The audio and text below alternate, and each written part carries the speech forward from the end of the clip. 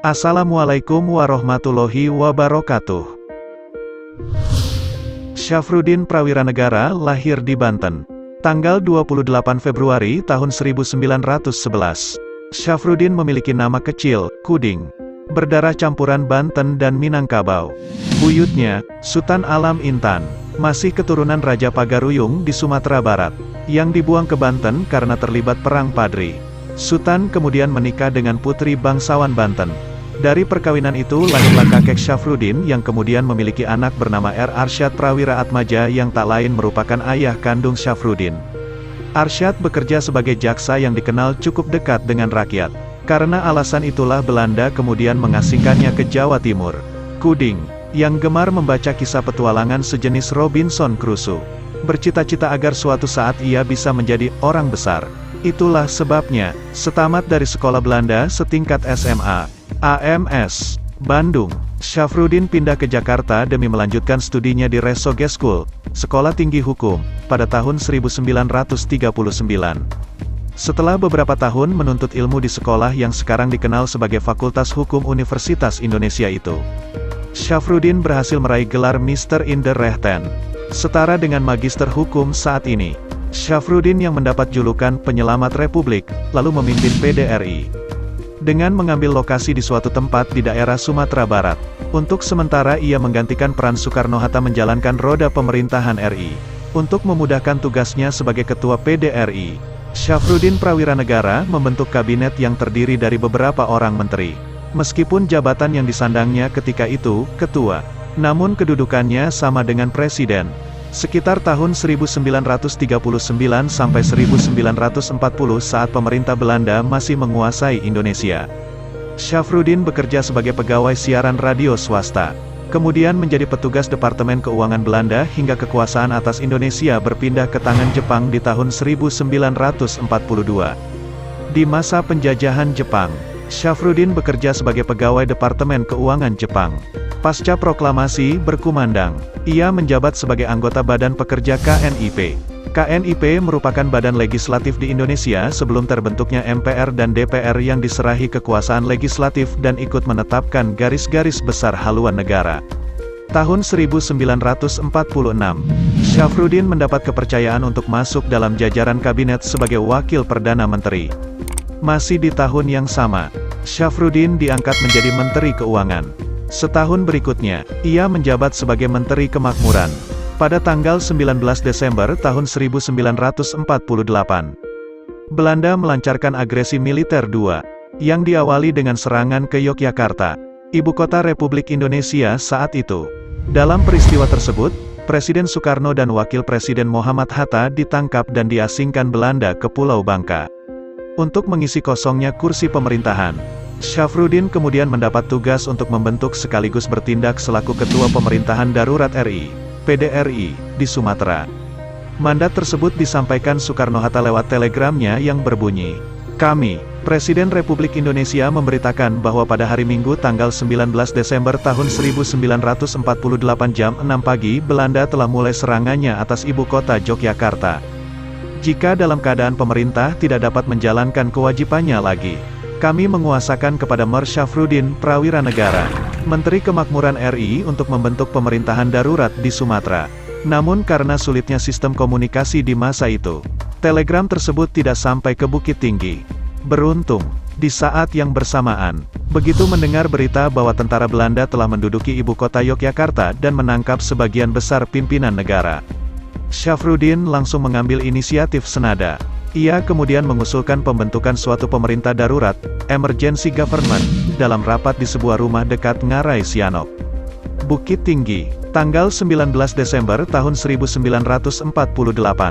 Usulan tersebut juga mendapat persetujuan dari Gubernur Sumatera Mer TM Hasan. Demi menyelamatkan negara yang berada dalam bahaya akibat kosongnya kepala pemerintahan, Syafruddin yang mendapat julukan Penyelamat Republik, lalu memimpin PDRI. Dengan mengambil lokasi di suatu tempat di daerah Sumatera Barat, untuk sementara ia menggantikan peran Soekarno-Hatta menjalankan roda pemerintahan RI. Untuk memudahkan tugasnya sebagai Ketua PDRI, Syafruddin Prawiranegara membentuk kabinet yang terdiri dari beberapa orang menteri. Meskipun jabatan yang disandangnya ketika itu, ketua, Namun kedudukannya sama dengan presiden.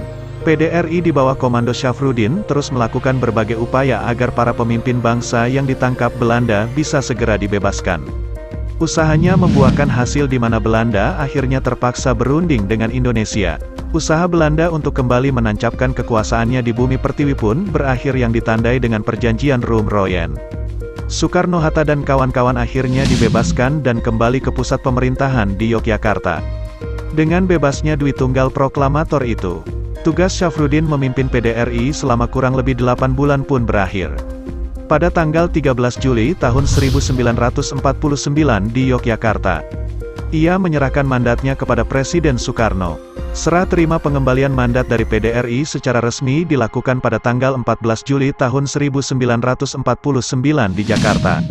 Setelah meletakkan jabatannya sebagai Ketua PDRI, Syafruddin Prawiranegara menjabat sebagai Wakil Perdana Menteri RI. Setelah itu ia ditunjuk menjadi Menteri Keuangan Kabinet Hatta. Pada Maret tahun 1950, selaku Menteri Keuangan, ia melaksanakan pengguntingan uang dari nilai Rp5 ke atas, sehingga nilainya tinggal separuh, sedangkan sisanya dipinjamkan kepada negara yang saat itu sedang kesulitan dana. Kebijaksanaan moneter yang banyak dikritik itu dikenal dengan julukan Gunting Syafruddin. Rupanya tak hanya rakyat Indonesia yang merasakan tajamnya gunting Syafruddin.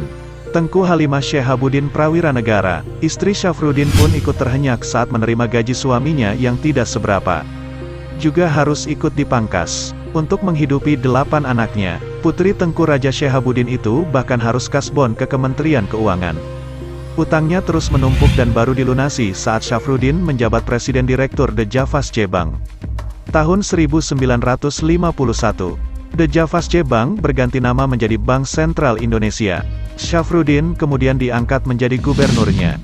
Seiring berjalannya pemerintahan Soekarno, banyak ketimpangan-ketimpangan sosial yang terjadi di Indonesia. Belum lagi pengaruh komunis terutama PKI yang kian menguat. Keadaan itu pada akhirnya memunculkan gerakan dari berbagai kalangan yang merasa tidak puas.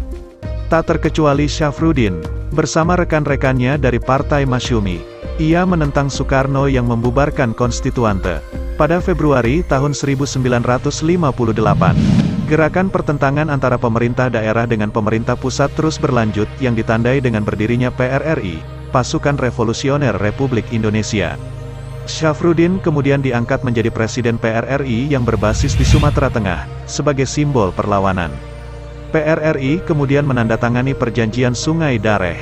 Menurut cerita salah seorang putri Syafruddin yang bernama Vivi, ayahnya sebenarnya tidak ikut menandatangani perjanjian tersebut. Namun karena Syafruddin memiliki sikap sama-sama menanggung risiko, jadilah dirinya sekeluarga turut mengalami hidup sebagai pemberontak. Selama 4 tahun, Syafruddin beserta istri dan ke-8 anaknya terpaksa hidup di hutan Bukit Barisan yang letaknya memanjang dari Sungai Dareh Sumatera Barat hingga Pinarik Tapanuli Utara Sumatera Selatan. Dalam kurun waktu itu, mereka harus tinggal di sungai, lari terbirit-birit saat melewati hutan pacet, atau gemetar ketakutan saat bertemu harimau dan safir. Pada Agustus tahun 1958, perlawanan PRRI dinyatakan berakhir dan pemerintah pusat di Jakarta berhasil kembali menguasai wilayah-wilayah yang sebelumnya bergabung dengan PRRI. Berdasarkan keputusan Presiden RI nomor 449/1961, orang-orang yang tersangkut dengan pemberontakan termasuk PRRI diberikan amnesti dan abolisi. Setelah tak lagi terlibat dalam pemerintahan, tokoh Partai Masyumi, Majelis Syuro Muslimin Indonesia, ini memilih lapangan dakwah sebagai tempat pengabdiannya. Namun, selama kiprahnya sebagai mubalik, Syafruddin berkali-kali dilarang naik mimbar lantaran ceramahnya dinilai terlalu keras. Bahkan pada Juni tahun 1985, ia sempat menjalani pemeriksaan sehubungan dengan isi khotbahnya pada Hari Raya Idul Fitri 1404 Hijriah di Masjid Al-Akraf, Tanjung Priok, Jakarta Utara. Selain aktif menyebarkan syiar Islam, Syafruddin juga giat dalam berbagai kegiatan yang berkaitan dengan pendidikan. Di samping pernah menjabat sebagai Ketua Korp Mubalik Indonesia, KMI. Ayah 8 anak ini juga pernah tercatat menjadi anggota Dewan Pengawas Yayasan Pendidikan dan Pembangunan Manajemen, PPM. Serta anggota pengurus Yayasan Al-Azhar, Yayasan Pesantren Islam. Tak hanya itu, kakek belasan cucu ini juga sempat menyusun buku sejarah moneter. Dengan bantuan Oi Beng Tu, Direktur Utama Lembaga Keuangan Indonesia. Meskipun berstatus sebagai mantan pejabat negara yang juga turut membela kedaulatan RI, Syafruddin melalui masa tuanya dengan penuh kesederhanaan. Ia bahkan pernah menolak sebuah rumah pemberian Presiden Soekarno di Jalan Diponegoro nomor 10 Menteng, Jakarta Pusat. Alasannya, ia tidak mau menerima sesuatu yang dibayar dari pajak rakyat. Satu-satunya rumah peninggalan Syafruddin adalah rumah yang kini telah diwariskan kepada anak-anaknya yang berlokasi di Gedung Hijau Raya Pondok Indah, Jakarta Selatan, di mana ia menutup mata. Syafruddin Prawiranegara meninggal dunia di usia 77 tahun. Pada tanggal 15 Februari tahun 1989. Jenazahnya dikebumikan di TPU Tanah Kusir, Jakarta Selatan. Atas jasa-jasanya pada negara, pemerintah RI menganugerahkannya gelar Pahlawan Nasional pada tahun 2011.